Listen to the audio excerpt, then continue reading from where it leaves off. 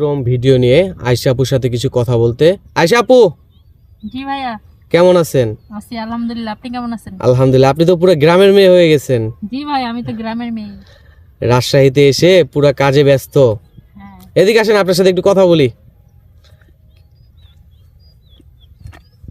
তো এই লাউ ক্ষেত কার আপনাদের? হ্যাঁ। ও আচ্ছা আচ্ছা। আচ্ছা আপু, মানে প্রতিবেদন তো অনেক করলেন জীবনে, তাই না? জি। এখন পর্যন্ত জীবনের মানুষ পান নাই? না ভাইয়া, পাই নাই দেখাই তো চলে আসছি আবার। এখন কি করতেছেন মূলত বলেন তো? মূলত কিছু করি না, আপাতত এমনি বইসাই আছি বাসাই। মানে পেট তো চলা লাগে না? হ্যাঁ। এই লাউ ক্ষেত কি আপনাদের? আমাদের না, মানে পাশের বাসার আন্টিদের, তার সাথে আসছি আর কি। আন্টি ভিতরে গেছে। ও, এখানে কি কাজ করতেছেন কিভাবে মানে? কাজ করি না, শাক তুলতে আসছি, খাবারের কিছু নাই তো তাই। ও আচ্ছা আচ্ছা।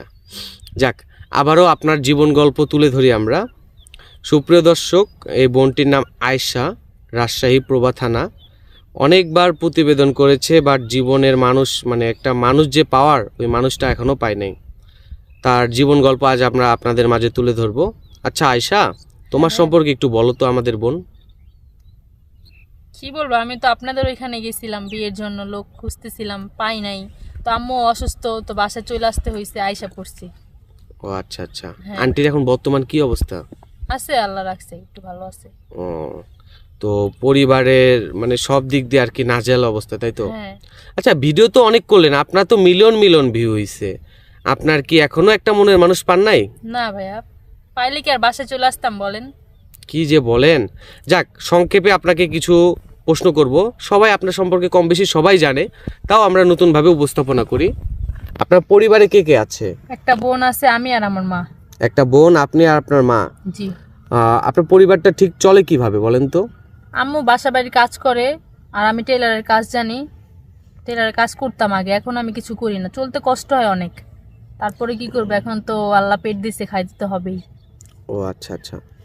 আপনার ভিডিও তো ভালো রেসপন্স আমরা পাইছি, অনেক মানুষও তো আপনার সাথে কথা বলছে। হ্যাঁ। কেউ কি বাজে কোনো প্রস্তাব দেয়?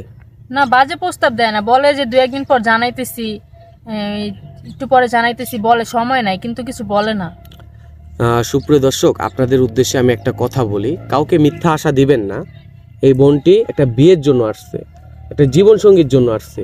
সে একটা সারা জীবন জীবনসঙ্গী চায়। তো আপনারা যদি কেউ দায়িত্ব নিতে চান, সরাসরি ইনশাল্লাহ আমরা বিয়ে করে দিব, কোনো সময় নিব না। যদি কোনো হৃদয়বান ব্যক্তি থাকেন, বোনটির সাথে যোগাযোগ করবেন, আমাদের জানাবেন। আচ্ছা বোন, জি ভাই। আপনার বর্তমান বয়স কত যেন বললেন? 25 চলতেছে। 25 চলতেছে। হ্যাঁ। আপনার পার্সোনাল ফোন নাই বোন? না ভাইয়া, ফোন নাই। ফোন থাকবেও বা কিভাবে, যে অবস্থা ঠিকভাবে দেখতেছি তো আপনার। খাইতে পারি না, ফোন থাকবে কি? যাক, ইনশাল্লাহ আমরা যোগাযোগ করে দিব কোনো ভাইয়ের সাথে। আমাদের ব্যর্থতা না আপনার কপাল খারাপ, আমরা নিজেও বুঝতেছি না। আপনাকে যদি কোনো প্রবাসী ভাই বলে আয়শা আমি তোমাকে নিয়ে যাব, সেক্ষেত্রে আপনি কি বলবেন? যাব, উনি যদি বিয়ে করে আমাকে যেখানে নিয়ে যাবে আমি সেখানে থাকবো। যাক, সুপ্রিয় দর্শক, এই বোনটির আমি বারবার বলেছিলাম, বোনটির পার্সোনাল কোনো ফোন নাই। যদি কোনো হৃদয়বান ব্যক্তি ওনার সাথে যোগাযোগ করতে চান, সেক্ষেত্রে আমাদের জানাবেন, ইনশাল্লাহ আমরা যোগাযোগ করিয়ে দিব। এই ডিসপ্লেতে দেওয়া একটি নাম্বার রয়েছে, নাম্বারটি ইমো এবং হোয়াটসঅ্যাপ দুটিই আছে। যদি কোনো ভাই ওনার সাথে যোগাযোগ করেন, একটি স্ক্রিনশট দেওয়া আছে, ইনশাল্লাহ যোগাযোগ করে দেব, কোনো সমস্যা নেই। আচ্ছা বোন, জি ভাই। বিয়ের পরে হাজবেন্ডকে নিয়ে কোথায় যাবেন?